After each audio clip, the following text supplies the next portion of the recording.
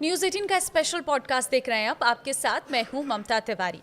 इस बार अगस्त के महीने में एक खगोलीय घटना भी हो रही है। सूर्य ग्रहण लगने जा रहा है। हालांकि ये भारत में दिखाई तो नहीं देगा, लेकिन क्या इसका प्रभाव पड़ेगा और किस दिन ये लग रहा है, क्योंकि उस दिन हरियाली अमावस्या भी है। और क्योंकि हरियाली अमावस्या है तो बहुत सारे लोग व्रत भी रखते हैं, पूजा पाठ करते हैं। लेकिन जब सूर्य ग्रहण लग रहा है तो क्या व्रत रखना सही है या नहीं, बहुत सारे लोगों के मन में कन्फ्यूजन है। तो इसी कन्फ्यूजन को दूर करने के लिए आज हमारे बीच मौजूद हैं ज्योतिषाचार्य डॉक्टर नितिशा मल्होत्रा। बहुत धन्यवाद नितिशा जी आपका इस स्पेशल पॉडकास्ट में हमारे साथ शामिल होने के लिए। सबसे पहला सवाल, सूर्य ग्रहण कब है? देखिए, जो श्रावण माह की अमावस्या तिथि पड़ रही है उसी दिन सूर्य ग्रहण लगने जा रहा है और ये 18 साल के बाद लग रहा है। यानी 2008 के करीब श्रावण माह में सूर्य ग्रहण पड़ा था। तो ये जो खगोलीय घटना होने वाली है वो पूरे 18 ईयर्स के बाद हो रही है और 12 अगस्त के दिन रात्रिकालीन सूर्य ग्रहण ये हमें देखने को मिलेगा। यानी ये भारत में तो देखने को नहीं मिलेगा क्योंकि उस समय रात्रि का समय होगा, लेकिन बहुत से ऐसे कंट्रीज हैं, स्पेन है, अर्जेंटीना है, वहाँ पर ये सुबह के समय होने के कारण इसका पूर्ण फल वहाँ पर देखने को पड़ेगा ही पड़ेगा, देखने को भी मिलेगा और प्रभाव भी पड़ेगा। लेकिन ऐसा नहीं है ममता जी कि कोई भी खगोलीय घटना हो रही है और वो भारत में नहीं दिख रही तो वो भारत पर अपना पूर्ण प्रभाव नहीं डालेगी। भले ही पूर्ण प्रभाव ना डाले लेकिन आंशिक प्रभाव तो डालेगी, क्योंकि सूर्य ग्रहण लगने जा रहा है और सूर्य हमारी आत्मा है, सूर्य हमारी सरकार है, सूर्य हमारा नेतृत्व है, सूर्य सत्ता है, सूर्य राजनीति है। तो कहीं ना कहीं हमारी आत्मा पर, राजनीति पर ऐसी घटनाएं देखने को इस समय हमें मिल सकती है। और भारत का जो उत्तरी और पश्चिमी एरिया है ये बहुत ही ज़्यादा सेंसिटिव हो रहा है इस ग्रहण के कारण, क्योंकि इस माह में 2 ग्रहण लग रहे हैं, एक अमावस्या तिथि पर और एक पूर्णमासी तिथि पर। अमावस्या तिथि पर सूर्य ग्रहण और पूर्णमासी पूरे 15 दिन के बाद चंद्र ग्रहण लगने जा रहा है। और दूसरा, आप ये जानते हैं कि नॉर्थ इंडिया में जो सावन माह है वो अमावस्या तिथि से पहले, जिस दिन पूर्णमासी आती है सावन माह से पहले, उसी दिन आरंभ हो जाता है। लेकिन हमारे साउथ इंडिया में जो सावन मास है वो अमावस्या के अगले दिन से चालू होता है। तो हमारा 15 डेज का वहाँ पे भी फर्क पड़ता है। यानी जो साउथ इंडिया का जो सावन माह शुरू होने वाला है उसके दिन ही हमारा सूर्य ग्रहण लगने जा रहा है। तो ये समय वो है जो प्राकृतिक आपदाएं, क्योंकि शनि महाराज मीन राशि से रेवती नक्षत्र से गोचर कर रहे हैं, गुरु महाराज अतिचारी कंडीशन में है और सूर्य सिंह राशि में प्रवेश करते हुए ये जो समय है पूरी तरह से प्राकृतिक आपदाओं को भी दिखा रहा है। कब से कब तक रहेगा इस सूर्य ग्रहण? देखिए, 12 तारीख को 9:04 से रात्रिकालीन आरंभ होगा और रात को 1:27 तक रहने वाला है। लेकिन इसका जो पीक टाइम है वो रहेगा 10:28 से लगभग 12 बजे के करीब। जो लोग गुरु दीक्षा जिन्होंने ली हुई है या जो लोग विश्व कल्याण के लिए कुछ चाहते हैं कि जो युद्ध हम देख रहे हैं, जो आपत्तियां हम देख रहे हैं, जो इस समय प्राकृतिक आपदाएं जो आने वाली है वो हमारे जीवन में ना आए, साथ ही साथ जो लोग अपनी मनोवांछित इच्छा प्राप्त करना चाहते हैं उनके लिए ग्रहण काल बहुत विशेष हो जाता है, क्योंकि कहा जाता है इस समय पोर्टल खुले होते हैं। तो जो खगोलीय घटना हो रही है वो कहीं ना कहीं हमारे यूनिवर्स को एक तरह से सेंसिटिव पोजीशन पे ले आती है। इस समय जो भी आप मंत्र जाप करते हैं वो पूरी तरह से 1000 गुना बढ़कर फल हमें मिलता है। इसलिए आप देखिए, साधक, तांत्रिक, बड़े बड़े महात्मा इस समय को बहुत विशेष महत्व देते हैं। जी, लेकिन मैं आपसे ये भी जानना चाहूंगी, क्योंकि सूर्य ग्रहण भारत में नहीं दिखेगा तो सूतक काल भी नहीं लगेगा? बिल्कुल, जब सूर्य ग्रहण नहीं है तो सूतक काल भी मान्य नहीं है। वैसे सूर्य ग्रहण का सूतक काल 12 घंटे पहले लग जाता है, लेकिन भारत में ना दिखने के कारण, रात्रि का समय होने के कारण सूतक पातक मान्य नहीं होगा। और ये हमारे ऋषि मुनियों ने कहा है कि जिस जगह उसको दिखना ही नहीं है वहाँ पे सूतक पातक भी मान्य नहीं होता है। तो यहाँ भारत में ना सूतक है ना पातक है। मंदिर अपने टाइम से खुलेंगे और अपने टाइम से बंद हो जाएंगे। ज्योतिषीय गणना में क्या संयोग नजर आ रहे हैं? देखिए, ज्योतिष गणना की बात करें तो अमावस्या तिथि नई उम्मीद, नई क्रियाओं को, नई प्रतिक्रियाओं को दिखाती है। यानी आज ही से नया परिवर्तन जुड़ा होता है अमावस्या तिथि, जिस दिन सूर्य चंद्रमा एक ही दूरी पर होते हैं। अमावस्या पर हम कोई भी काम करते हैं तो उसमें हम नए परिवर्तन को देखते हैं और इसी दिन यहाँ पर ग्रहण लगने के कारण कहीं ना कहीं प्राकृतिक आपदाएं और हमारा मन का शिथिल हो जाना ये जुड़ा हुआ है। और ज्योतिषी सहयोग की बात करूँ तो सूर्य का सिंह राशि में होना, अपनी स्वराशि में होना, गुरु का अपनी उच्च राशि में होना, शनि का मीन राशि में होना, और साथ ही साथ इस दिन बनने वाले योग बहुत ज़्यादा पावरफुल हो जाते हैं। बुध और मंगल की युति भी यहाँ पर बहुत ज़्यादा, क्योंकि डिग्री वाइज हम देखें तो डिग्री वाइज वो दूर है, लेकिन दिख तो वो पास ही रहे हैं। तो मंगल और बुध का जो इस समय परिवर्तन है वो भी प्राकृतिक आपदाओं को दिखाता है, क्योंकि इस साल के जो राजा, जो प्राकृतिक आपदाओं के जो राजा बने हैं, जो हमें बारिश, गर्मी, सर्दी दे रहे हैं, वो बुध बने हैं। और बुध की राशि में मंगल का होना कहीं ना कहीं ज़्यादा प्राकृतिक आपदाएं, आपने देखा कहीं आग लग रही है, कहीं पे बाढ़ आ रही है, कहीं पे कुछ हो रहा है। इस बार दिल्ली में भी इतनी बारिश हुई है कि पानी भरा है। तो ये सब होना स्वाभाविक है। और अभी अगस्त महीने में हम सभी को बहुत सतर्क रहना है, क्योंकि अगले ही साल फरवरी मार्च के करीब फिर 2 ग्रहण आ रहे हैं। और आपको बता दूं, इस सदी का सबसे बड़ा ग्रहण अगले साल सेम अगस्त में लगने जा रहा है, जो बहुत ज़्यादा स्पेशल रहने वाला है। तो ये जो पूरा पीरियड है ममता जी, ये प्राकृतिक आपदाओं को या आतंकवादी हमले को, भूकंप को, बाढ़ को और लड़ाई झगड़ों को दिखाता है। तो ये ग्रहण पर हमें बहुत ज़्यादा सतर्क रहने की ज़रूरत है। और स्पेशली भारत का जो उत्तरी नॉर्थ इलाका है, वेस्ट बंगाल, कैलकाटा, ये सारा एरिया, और साथ ही साथ जो पश्चिम एरिया है, क्योंकि पश्चिम से तो हमारा पाकिस्तान आता है, तो पश्चिम एरिया से हमें कोई आतंकवादी हमला होने की संभावना इस समय बनती हुई दिखती है। जी, लेकिन मैं आपसे ये भी जानना चाहूंगी कि सूर्य ग्रहण के दौरान हमें क्या करना चाहिए और क्या नहीं करना चाहिए। ये बहुत अच्छा प्रश्न है, क्योंकि जब सूतक पातक मान्य नहीं है तो हम क्या करें और क्या ना करें, ये सबके मन में प्रश्न आएगा। तो सबसे पहले क्या करें, आपने अगर गुरु मंत्र धारण किया है तो कृपया अपने गुरु मंत्र को जरूर जपें। और अगर आपके पास गुरु मंत्र नहीं है तो इस समय ओम नमो भगवते वासुदेवाय मंत्र का जाप करें। आदित्य हृदय स्तोत्र पढ़ सकते हैं, आप फ़ोन पे लगा के पढ़ सकते हैं, क्योंकि पुस्तकें इस समय हाथ नहीं लगाई जाती हैं, तो आप फ़ोन पर लगा के पढ़ सकते हैं। साथ ही साथ अगर आप भागवत गीता का श्रवण करते हैं तो आपके जीवन में मोक्ष प्राप्ति का संकल्प बनता है। तो जो भी आप संकल्प लेके कार्य करते हैं वो आपकी मनोकामना पूर्ण होती है। क्या नहीं कर सकते, कोई समय है? जी हाँ, मैं यही सबसे कहूँगी कि 9:04 से पहले आप सबका डिनर हो जाना चाहिए, क्योंकि 9:04 के बाद 1:27 तक आप कुछ भी नहीं खा सकते हैं। और इसका जो मोक्ष है वो सुबह 4:36 पर आ रहा है, तो आपको पूरी ही रात कुछ नहीं खाना है। यदि सुबह जो 13 तारीख की जो सुबह होगी, उस दिन आप लोगों ने पूरा स्नान इत्यादि करके आपने दान करने के बाद भोजन को स्वीकार करना है, और दान भी ज़रूर करना। और मैं बार बार प्रकृति को जोड़ रही हूँ, क्योंकि शनि महाराज जब भी रेवती नक्षत्र में वक्री होते हैं, ये आपके प्राकृतिक कर्ज को दिखाते हैं, प्रकृति के ऋण को दिखाते हैं। और हमने इस समय प्रकृति के साथ बहुत छेड़छाड़ की है ममता जी। कोरोना काल में हमें प्रकृति ने सिखाया कि हमसे जुड़ो, लेकिन जैसे ही कोरोना काल गया, हमारा बैक टू बैक वैसे ही हमारे सारे चीज़ें सर्कुलेट हो गई, हमने प्रकृति को फिर छोड़ दिया। तो आपसे बस यही कहूँगी, पक्षियों को दाना दो, मछलियों को अगर आप कुछ आटे की गोलियां डाल सकते हो, कुत्तों को भोजन कराओ, गाय को भोजन कराओ, प्रकृति को कुछ ना कुछ ज़रूर दो। और मिट्टी में कुछ पेड़ लगा सकते हो, कुछ बीज को अगर आप रोपण कर दें तो बहुत अच्छा रहेगा। और साथ ही साथ अगर गरीबों को, ब्राह्मणों को अपने इच्छा के अनुसार, अपनी क्षमता के अनुसार कुछ ना कुछ दान ज़रूर करो। मैं ये कहती हूँ, ये नहीं कहती कि आप गरीब हो तो आप लाखों रुपए का दान कर दो, लेकिन अगर आप गरीब हो तो आप कम से कम 10 रुपये का दान तो कर ही सकते हो। इसमें से आप चिड़िया को ही कुछ खिला दो, आप पक्षियों को कुछ डालने के साथ साथ कोई पौधा लगा दो। पौधे सड़कों पर इतने फ्री में होते हैं, आप सही जगह उसको लगा के उसका पालन पोषण करो, इससे भी आप प्राकृतिक ऋण से मुक्ति प्राप्त करते हैं। अब बात कर लेते हैं क्या नहीं करना चाहिए।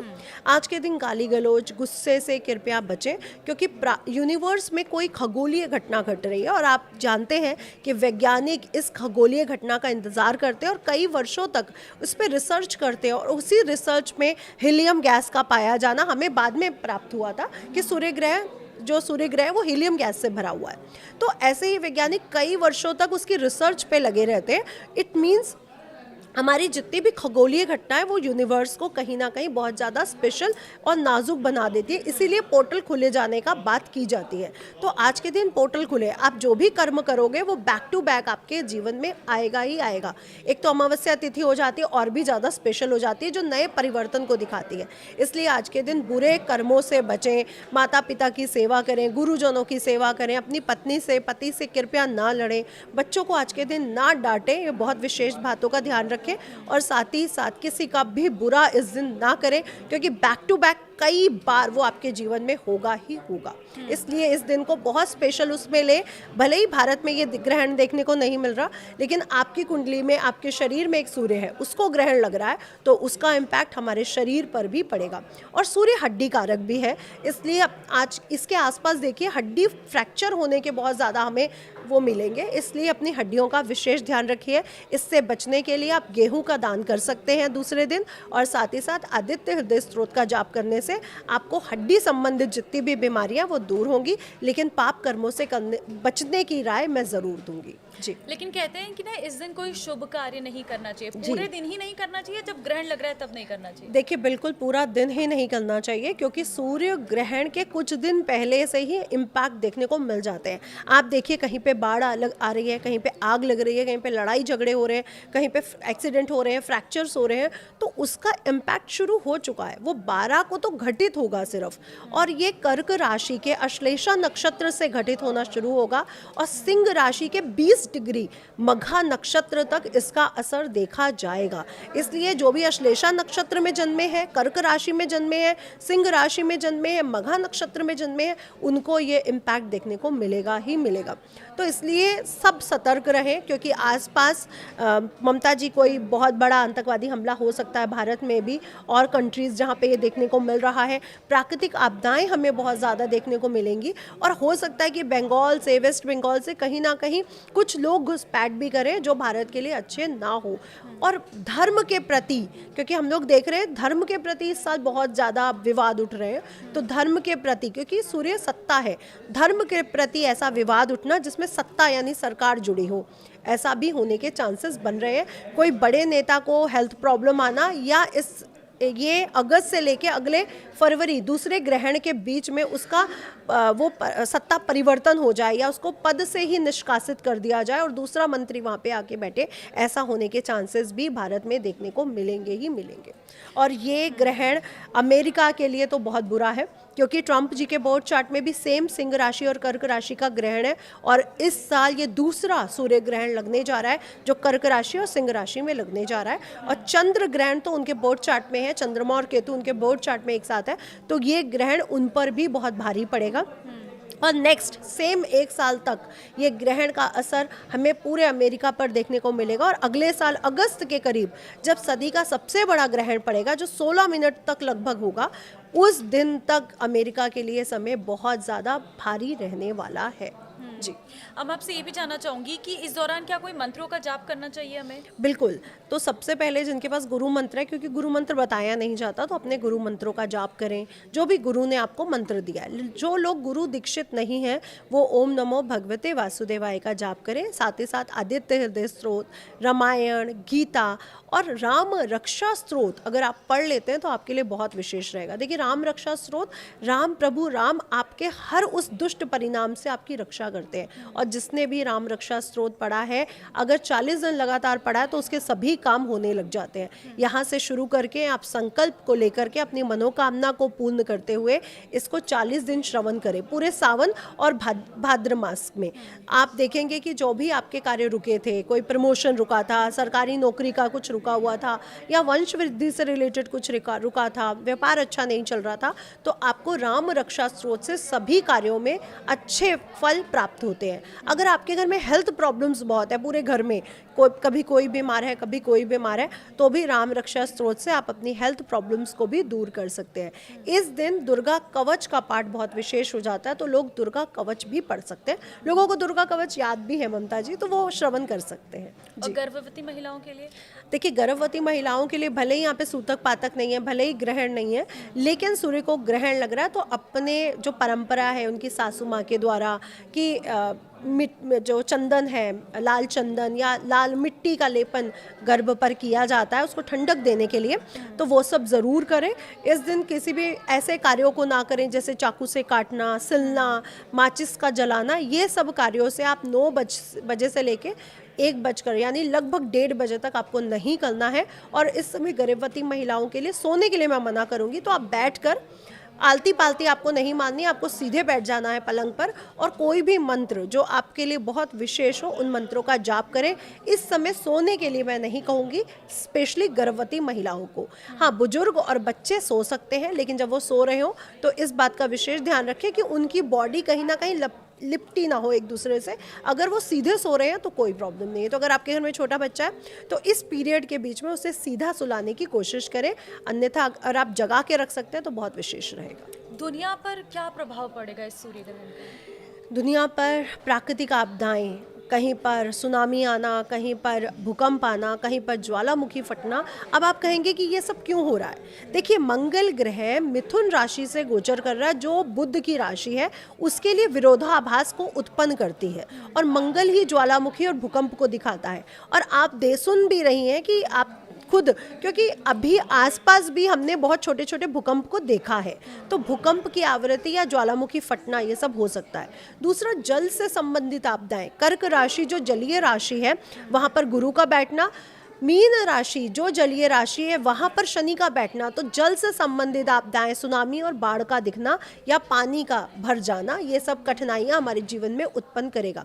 तीसरा, अगर हम एलिमेंट देखते हैं आकाश तत्व, ये भी बहुत ज़्यादा एक्टिव है, तो कहीं पर बहुत तेज वायु चलना, कहीं पर सूखा पड़ना, कहीं पर बहुत ज़्यादा बारिश हो जाना, ये भी होने की संभावनाएं इस समय बनती हैं। तो ये विश्वकालीन स्थितियाँ बन रही हैं और जहाँ पर सूर्य ग्रहण देखा जा रहा है वहाँ पर ये ज़्यादा असर डालेंगे और जहाँ पर नहीं देखा जा रहा वहाँ पे इसका असर पक्का पड़ेगा, लेकिन हाँ, कम प्रभाव होने के कारण बहुत बड़ी विपत्ति नहीं आएगी। और कई कई जगह तो आप देखेंगे कि आतंकवादी हमले भी हो रहे हैं, लड़ाई भी हो रही है और अंदर ही अंदर देशों के सड़कों पर प्रजा उतर के आ रही है। तो ये कठिनाइयाँ भी इस 6 महीने में हमें देखने को ज़रूर मिल सकती है। एक सूर्य ग्रहण का असर कितने महीने तक होता है? वैसे तो 3 महीने तक रहता है, लेकिन जैसे ही 3 महीने पे सूर्य ग्रहण का असर खत्म होगा, अगले सूर्य ग्रहण का असर शुरू हो जाएगा। तो इसलिए हम 6 महीने की प्रिडिक्शन ले रहे हैं और अगले साल सदी का सबसे बड़ा ग्रहण लग रहा है अगस्त महीने में। तो ये पूरा ही पीरियड बहुत सेंसिटिव है ममता जी, जहाँ पर हम बहुत सी कठिनाइयाँ, और अभी हम जो युद्ध देख रहे हैं दो कंट्रीज़ के बीच में, वो भी कहीं ना कहीं ट्रिगर आउट होते हुए देखेंगे। इस समय भारत को पाकिस्तान से और बंगाल के साइड से बहुत ज़्यादा ध्यान रखने की ज़रूरत भी बनती है, जिसमें पंजाब, हरियाणा, राजस्थान, गुजरात, यूपी, बिहार और दिल्ली भी आता है। तो इन स्टेट्स में कहीं ना कहीं कठिनाइयाँ या इन स्टेट के सीएम का बदल जाना, ऐसी संभावनाएं भी बन रही हैं। लेकिन आपसे मैं ये भी जानना चाहूँगी, क्योंकि सूर्य ग्रहण के दिन आप बता रहे हैं कि हरियाली अमावस्या भी है और अमावस्या पर बहुत सारे लोग व्रत करते हैं, पूजा पाठ करते हैं, तो क्या ये करना चाहिए? नहीं, देखिए, जो लोग अपनी परंपरा से कर रहे हैं, क्योंकि भारत में मान्य नहीं है सूतक पातक, तो वो कर सकते हैं। लेकिन जो लोग नया शुरू करने जा रहे हैं वो कृपया ना करें, क्योंकि आज के दिन आप नया कार्य शुरू नहीं कर सकते, ग्रहण लग रहा है। जो लोग कर रहे हैं कई सालों से, कई वर्षों से, वो कर सकते हैं सिर्फ। इसलिए इस बात का विशेष ध्यान रखें और आज के दिन कोई नया कार्य आपको शुरू नहीं करना है कि हमने कोई नया व्यापार करना है या नई यात्रा करनी है, तो इन सभी कार्यों से आपको बचने की राय जरूर दी जाएगी। अब एक एक राशियों में अगर आप बता सकें कि किस राशि में क्या प्रभाव पड़ेगा? बहुत ही अच्छा है, क्योंकि राशि वाइज तो लोग सुनना चाहते हैं कि हमारी राशि पर क्या प्रभाव पड़ेगा। तो सबसे पहले कालपुरुष की प्रथम राशि मेष राशि, और ये चंद्र राशि पर आधारित है। जिनकी भी कुंडली में चंद्रमा उस राशि में बैठे हुए हैं उसका प्रेडिक्शन किया जा रहा है, क्योंकि वैदिक ज्योतिष चंद्रमा कालीन प्रेडिक्शन ही किया जाता है। मेष राशि के कर्क राशि यानी चतुर्थ भाव पे इसका इम्पैक्ट होगा और चतुर्थ से पंचम तक इसका इम्पैक्ट पड़ेगा। जो लोग छोटे बच्चे हैं उनके स्वास्थ्य संबंधी दिक्कतें देखने को मिल सकती हैं और एजुकेशन में कहीं ना कहीं कठिनाई इन 6 महीनों में देखने को आपको मिल सकती है। साथ ही साथ मेष राशि वालों के लिए इस समय प्रॉपर्टी, वाहन लेने के लिए मैं ज़रूर मना करूंगी और अपनी मदर का इस समय अगर उनके स्वास्थ्य का ध्यान रखते हैं तो बहुत विशेष फलों की प्राप्ति होगी। साथ ही साथ मैं कहूँगी, अगर आपके प्रेम संबंध चल रहे हैं तो इस समय अपने प्रेम संबंधों को संभाल के चले, अन्यथा लड़ाई होने के संभावनाएं भी बन रही हैं। दूसरा, शिक्षा के क्षेत्र से जो जुड़े हुए लोग हैं उनको विशेष इस समय ध्यान देने की ज़रूरत बनेगी।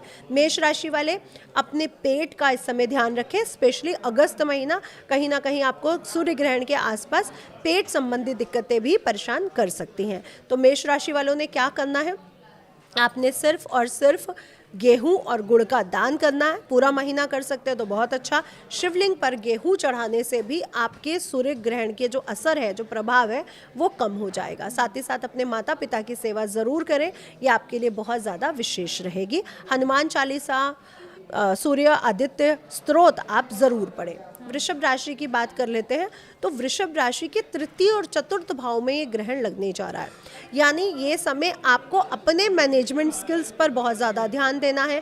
भाई बहनों से विवाद से बचना है, अन्यथा आपको दिक्कतें पहुंच सकती हैं। और जिनको ब्लड प्रेशर या हार्ट संबंधित दिक्कतें हैं, उनको भी बहुत ज़्यादा सतर्क रहने की ज़रूरत इस समय बनी हुई है। तो अगर आपको हार्ट संबंधित दिक्कतें हैं तो डॉक्टर से सही समय पर उपचार लेते रहें, अन्यथा कष्ट बढ़ सकता है। आपसे मैं बस यही कहूँगी, अपने मैनेजमेंट स्किल्स पर काम करें, बॉस के साथ इस समय उलझने से बचें, और अगर कोई धार्मिक यात्रा करना चाहते हैं तो आपके लिए विशेष प्रभावशाली रहने वाली है। रेमेडी के तौर पे आपने सिर्फ और सिर्फ इतना करना है कि हनुमान मंदिर में जाके गुड़ चना या गुड़ से बनी मिठाइयाँ उनको भोग लगानी है, और हनुमान मंदिर के बाहर जो भिखारी बैठे रहते हैं, जो गरीब बैठे रहते हैं, उनको गुड़ से संबंधित चीज़ों का दान करना है। ये आपके लिए बहुत विशेष रहेगा। और साथ ही साथ भाई बहनों से कृपया ना उलझे।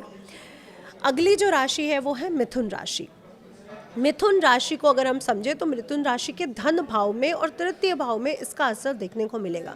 मिथुन राशि, सतर्क हो जाओ, ना किसी से पैसा लो, ना किसी को दो। अगर इस समय आप किसी के ऊपर पैसा खर्च करते हो या ऋण देते हो या ऋण लेते हो तो आपके लिए उतरना या पैसे का दोबारा मिलना मुश्किल हो जाएगा, इसलिए पैसे के लेन देन से बचने की राय आपको दी जा रही है।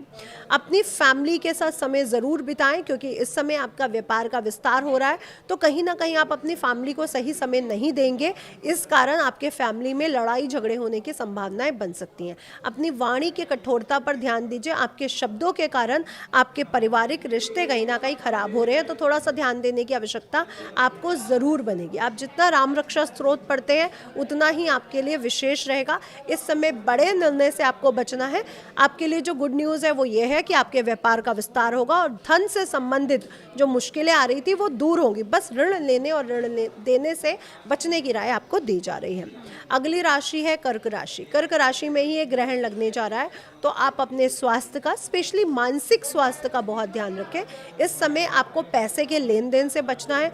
पैसे से संबंधित कोई बड़ा फ्रॉड इस समय आपके साथ हो सकता है, और साथ ही साथ स्वास्थ्य संबंधी दिक्कतें भी आपको परेशान कर सकती हैं। करना क्या है, आपने जितना ज़्यादा शिव उपासना इस समय करते हैं, शिव जी पर आप गुड़ वाला जल चढ़ाएं, यानी रात को आपको एवरी नाइट गुड़ को पानी में भिगोना है, एक लोटे में, पीतल, तांबा, चांदी कुछ भी आप ले सकते हैं। दूसरे दिन इसका जलाभिषेक शिवलिंग पे करें। इससे आपकी मानसिक परेशानियां दूर होंगी और जो स्वास्थ्य संबंधी दिक्कतें हैं वो भी दूर होंगी। पेट संबंधी दिक्कतें इस समय आपको बहुत परेशान कर सकती हैं। अगली है सिंह राशि। सिंह राशि आपके स्वामी सूर्य को ग्रहण लगने जा रहा है, तो प्लीज़ आप बहुत विशेष ध्यान रखें। आपको हड्डियों से संबंधित दिक्कत हो सकती है, आंखों से संबंधित दिक्कत हो सकती है। इस चीज़ को आपने बहुत ज़्यादा विशेष ध्यान रखना है। और 12th हाउस यानी हस्बैंड वाइफ में थोड़ी सी लड़ाई झगड़ा हो जाना या रात को अच्छे से नींद ना आना, जिसके कारण दूसरे दिन थकावट महसूस होना, ये सब कंडीशन आपके लिए बन रही हैं। तो हड्डियों को मतलब अगर आप कुछ खेल कूद रहे हैं या कुछ भी ऐसा कर रहे हैं तो ध्यान रखें थोड़ा सा। और साथ ही साथ अपने मन पर बहुत ध्यान रखें, क्योंकि आपका मन इस समय बहुत ज़्यादा विचलित और बहुत ज़्यादा परेशान रह सकता है। इसके लिए आप ओम नमः शिवाय का जाप कर सकते हैं। विष्णु सहस्त्र नाम का अगर आप जाप करते हैं तो आपके लिए विशेष प्रभावशाली रहेगा।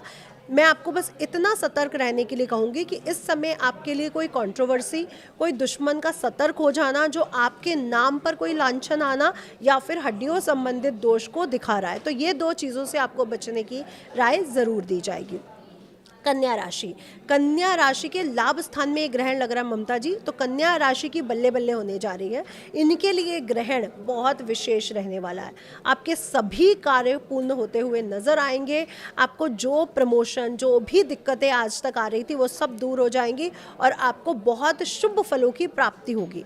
लेकिन अगर आपके घर में कोई छोटा बच्चा है तो उसके स्वास्थ्य का आपको ध्यान रखने की ज़रूरत है, या फिर कन्या राशि वाले खुद शिक्षा से जुड़े हैं तो अपनी शिक्षा पर 100% ध्यान दीजिए। ये 2 चीज़ों का अगर आप ध्यान रख लेते हैं तो ये सूर्य ग्रहण आपके लिए बहुत विशेष शुभ रह सकता है। आपने करना क्या है, हरी चीज़ों का दान करना है। गाय को आटे से बनी रोटी या हरी चीज़ें जैसे पालक है, चारा है, वो गाय को ज़रूर खिलाएं, जिससे आपके जीवन में ये ग्रहण बहुत शुभ फल लेकर आ सके। अगली राशि है तुला राशि। तुला राशि के 10वें भाव में ये ग्रहण लगने जा रहा है, यानी करियर में कहीं ना कहीं उठापटक हो सकती है। बहुत ज़्यादा आपको ध्यान रखना है कि आपके जॉब में आपके कुलीग्स, आपके बॉस से आपकी कोई भी लड़ाई झगड़ा ना हो, कोई विवाद ना हो। साथ ही साथ कोई ऐसा भी इंसान हो सकता है जो आपके लिए षड्यंत्र करे, तो थोड़ा सा तुला राशि अपने षड्यंत्रों से बच के चलें। इस समय आपको किसी विवाद में नहीं पड़ना है। अपने करियर पर पूर्ण ध्यान दीजिए और फोकस रहिए, विवाद से बच के रहिए। आपने क्या करना है, आप जितना हो सके उतना किसी ब्राह्मण को जाकर सफ़ेद चीज़ें, गुड़ से बनी चीज़ें, आटा ज़रूर दान करिए। तो दूध और आटा अगर आप किसी ब्राह्मण के घर पहुंचाते हैं तो आपके लिए विशेष फलों की प्राप्ति प्राप्त होगी। अगली राशि है वृश्चिक राशि। वृश्चिक राशि के भाग्य स्थान पे ममता जी ये ग्रहण लगने जा रहा है, और वृश्चिक राशि के स्वामी मंगल जो मिथुन राशि से गोचर कर रहे हैं, उनके लिए ये ग्रहण बिल्कुल भी शुभ नहीं है। तो आपके लिए नेम फेम को लेकर के कोई बड़ी घटना घटित हो सकती है इस पीरियड में, इसलिए बेहद ध्यान रखें, सतर्क रहें। पिता के स्वास्थ्य का बहुत ज़्यादा ध्यान रखें। पिता या बाबा दादा कोई ना कोई इस समय बड़े लंबी बीमारी से गुजर रहा है और उनको स्वास्थ्य संबंधी दिक्कतें आ सकती हैं। ये समय आपको करना क्या है, इस समय अपने भाई बहनों से विवाद से बचें और कोई धार्मिक यात्रा ज़रूर करें। अगर बारिशों के सीज़न में आप धार्मिक यात्रा नहीं कर पा रहे हैं तो सावन के समाप्ति के बाद भी आप धार्मिक यात्रा ज़रूर करें, ये आपको विशेष फल देगा। और अगर आप अपने घर से थोड़े दूर जाकर किसी प्रसिद्ध हनुमान मंदिर में हनुमान जी को चोला चढ़ाते हैं तो आपके लिए विशेष फलों की प्राप्ति होगी, और जो भी कठिनाइयाँ इस ग्रहण के कारण आपके जीवन में उत्पन्न हो रही हैं वो भी दूर होंगी। अगली राशि है धनु राशि। धनु राशि के स्वामी गुरु महाराज कर्क राशि से गोचर कर रहे हैं और वहीं पे ये ग्रहण लग रहा है। तो धनु राशि आप भी सतर्क हो जाओ। पेट संबंधित या हार्मोन संबंधी दिक्कतें आपको हो सकती हैं। परिवार में कोई कलह कलेश के कारण, कोई वार्तालाप के कारण आपका मूड थोड़ा सा स्विंग रह सकता है, मूड खराब रह सकता है। तो अपने परिवार को थोड़ा सपोर्ट देने का समय है आपके लिए। अपने परिवार के साथ समय बिताएं और जो भी वहाँ पे विवाद हो रहे हैं उनसे बचने के लिए उनसे खुलकर बात करें ताकि वो विवाद आप समाप्त कर सकें। साथ ही साथ धनु राशि के लिए मैं ये कहूँगी, जितना आप गुरुजनों के आश्रम में जाकर या नदी किनारे, जो गंगा नदी है, जमुना नदी है, उसके किनारे जाकर साधु संतों को कुछ भी अपनी क्षमता के अनुसार खिलाते हैं, वो आपके लिए बहुत विशेष रहेगा। इस समय जो प्रॉपर्टी आपकी है, जो पेरेंटल प्रॉपर्टी है, उस विवाद से अगर आप बच सके तो ज़रूर बचें। शेयर मार्केट में आपको निवेश करने के लिए मना करूँगी। अगली राशि है मकर राशि। मकर राशि के 7वें भाव में ग्रहण लग रहा है। मकर राशि सतर्क हो जाओ, अपने पार्टनर से बिल्कुल नहीं उलझना, नहीं तो आपके बुरे दिन शुरू हो सकते हैं। तो अपने पार्टनर से लड़ाई से, विवाद से बचें। अपने पार्टनर के स्वास्थ्य का ध्यान ज़रूर रखें। ये समय आपकी पेट संबंधित बीमारियां या फिर पार्टनर के साथ विवाद होने के चांसेस बढ़ रहे हैं, तो आपको थोड़ा सा ध्यान रखने की ज़रूरत यहाँ पर बनेगी। साथ ही साथ जो लोग अपने पार्टनर के साथ अच्छा व्यवहार नहीं करते हैं, मकर राशि वाले, उनके जीवन में ये पुराने कर्मों के जागृत का समय है। इसलिए आज भी संभल जाइए, अपने पार्टनर के साथ अच्छे व्यवहार को करिए, अन्यथा आपको कठिनाई आ सकती है। दूसरा, आपसे ये कहूँगी कि ये समय आपके लिए बहुत विशेष है। काले तिल, सफ़ेद तिल, गुड़ के साथ या सप्त अनाजा 7 टाइप्स ऑफ ग्रेन्स शिवलिंग पे चढ़ाना शुरू कर दें। आपका स्वास्थ्य भी अच्छा रहेगा और विवाद भी आपसे दूर रहेंगे। अगली राशि है कुंभ राशि। कुंभ राशि वाले भी यहाँ पे सतर्क हो जाएं, क्योंकि 15 ही दिन बाद कुंभ राशि के शतभिषा नक्षत्र में चंद्र ग्रहण लगने जा रहा है। तो आपको भी ये समय बहुत सतर्क रहना है। मानसिक उलझनें आपको बहुत परेशान कर सकती हैं और कहीं ना कहीं रोग, ऋण, शत्रु आपका एक्टिवेट हो सकता है। तो हेल्थ संबंधी दिक्कतें जो आपके पेट से, लीवर से, अपेंडिक्स से, हर्निया है, गॉल ब्लैडर है, घुटने हैं, आपके थाई एरिया है, आपका हिप एरिया है, आपको थोड़ा सा परेशान कर सकता है। और साथ ही साथ आपका ऋण ना उतरने के कारण या बढ़ने के कारण आपको कठिनाई उत्पन्न हो सकती है। तो कृपया ऋण लेने से इस समय बचें और अपने शत्रुओं से भी बच के रहने की राय दी जाएगी। तो अपने कार्यों पर फोकस करें। जो भी आपके लिए षड्यंत्र रचा जा रहा है उससे बचकर रहने के लिए आप राम रक्षा स्त्रोत का जाप करें और शमी वृक्ष के पत्तों से शिवलिंग पर अभिषेक करें या सरसों के तेल से अभिषेक करें। रोग, ऋण, शत्रु तीनों से ही आपको मुक्ति प्रदान होगी। मीन राशि की बात कर लेते हैं। आखिरी राशि है कालपुरुष की, लेकिन बहुत स्पेशल है क्योंकि शनि महाराज का गोचर है, तो आपको भी बहुत ज़्यादा सतर्क रहना है। लेकिन ये ग्रहण आपके लिए बुरा नहीं रहने वाला है। सिर्फ और सिर्फ इस समय आपको जो ध्यान देना, अपने निर्णयों पर देना, अपने डिसीजन मेकिंग पर ले देना है। इस समय गलत लिया गया डिसीजन कहीं ना कहीं आपके जीवन में डाउनफॉल ला सकता है, और अच्छा लिया गया डिसीजन आपको प्रमोशन भी दे सकता है। तो थोड़ा सा निर्णयों पर ध्यान दीजिए। शिक्षा के क्षेत्र से जुड़े हुए हैं, बच्चे हैं, स्टूडेंट हैं मीन राशि वाले, तो इस समय आपको बहुत ज़्यादा 100% अपना देने की ज़रूरत ज़रूर बनेगी।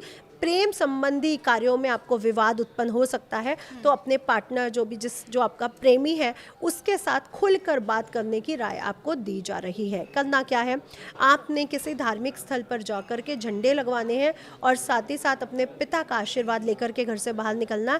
आपके जीवन में जो भी शुभ फलों की प्राप्ति आपको ज़रूर मिलेगी। जी, तो ये सारी राशियों के लिए सूर्य ग्रहण किस तरीके का रहने वाला है वो बहुत विस्तार से हमने आपको बताया है। क्या करना है, क्या नहीं करना है, और किस तरह से ये आपके जीवन पर प्रभाव डालने वाला है, और इसका असर आने वाले 6 महीने तक आपके जीवन पर रहेगा। तो विशेष सावधानी आपको बरतनी है, सिर्फ सूर्य ग्रहण के दिन ही नहीं, बल्कि उससे आने वाले जो 6 महीने हैं वो पूरी तरह से आप लोगों के लिए इसी तरह की स्थितियां पैदा कर रही हैं। तो फिलहाल इस स्पेशल पॉडकास्ट में हमें इजाज़त दीजिए, और बाकी की खबरों के लिए आप हमारे साथ बने रहिए। थैंक यू नितिशा जी, इस पॉडकास्ट में हमारे साथ जुड़ने के लिए। नमस्कार।